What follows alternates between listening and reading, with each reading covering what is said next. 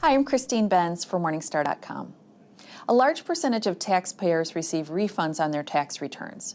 Joining me to discuss where that money goes is Aron Szapiro. He's a policy and finance expert with HelloWallet, which is part of Morningstar. Aron, thank you so much for being here. Thanks so much for having me. Aron, let's discuss just the numbers. When you look at 2015, the percentage of taxpayers who got a refund on their tax return, and also what those refunds tended to look like in terms of dollar amounts. Sure. So about 4 in 5 taxpayers get a refund, and the average refund is a little bit over $3,000. So we're talking about a lot of people getting a pretty good chunk of change every spring when they file their taxes. Okay. So HelloWallet took a look at what people who received refunds did with that money. Let's talk about how you're able to get your hands on some data that indicates what people did with the money that they received. Sure. So our users put in their financial accounts, credit cards, checking accounts, this kind of thing, and they use our budgeting tools, anonymously, of course. We're able to look at our users and how they spend their money. Tax refunds have a unique identifier, so we can identify when somebody gets their tax refunds from the IRS.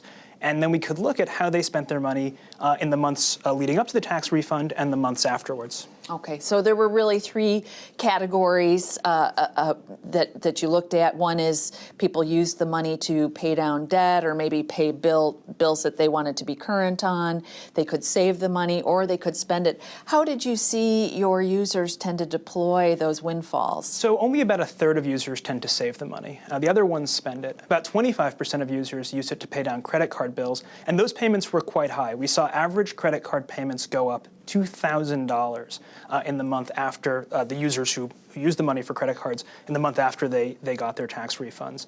And the spending tended to run the gamut. Some people used it for single big ticket purchases. And a lot of people used it on things like dining out or other kinds of consumer non-durable purchases. Okay, so you look at kind of the motivating forces behind these behaviors. The spending, let's look at that and why you tended to see people spend, even though it looked like, based on your data, that they had the wherewithal to have made those expenditures even without the tax refund. Yeah, that's one of the really interesting things, because we can see how much money people have in their savings and checking accounts. We can see that a lot of our users are not what we might call liquidity constrained. They could have made a large purchase prior to getting their refunds. But it seems like the refunds give people license to spend more than they otherwise would. I guess people look at it as kind of free money or fun money. And in fact, we saw, at least in our data, that the bigger the refund, the more likely it was to get spent. So that was a pretty interesting finding for us. Okay. Now, the decision to use the refund to retire debt, say if someone has credit card debt, that's not necessarily an irrational choice, right? I mean, that may in fact be the household's best use of funds at a given point in time. Absolutely. I mean, if somebody has credit card debt, if they can take a chunk out of it, that's a guaranteed return of whatever the credit card interest rate is. It's likely to be the best thing they can do with the money. But it does raise a question. These refunds only exist because people are over withholding. They're sending more money to Uncle Sam every paycheck than they need to, and then they're getting it back as a lump sum. So I think for some of those households, they'd probably be better off, instead of struggling to make ends meet and putting extra money on their credit card, they'd probably be better off keeping more of their money as they earned it, so they wouldn't have to be in this cycle of building up credit card debt and paying it back with that interest. Okay.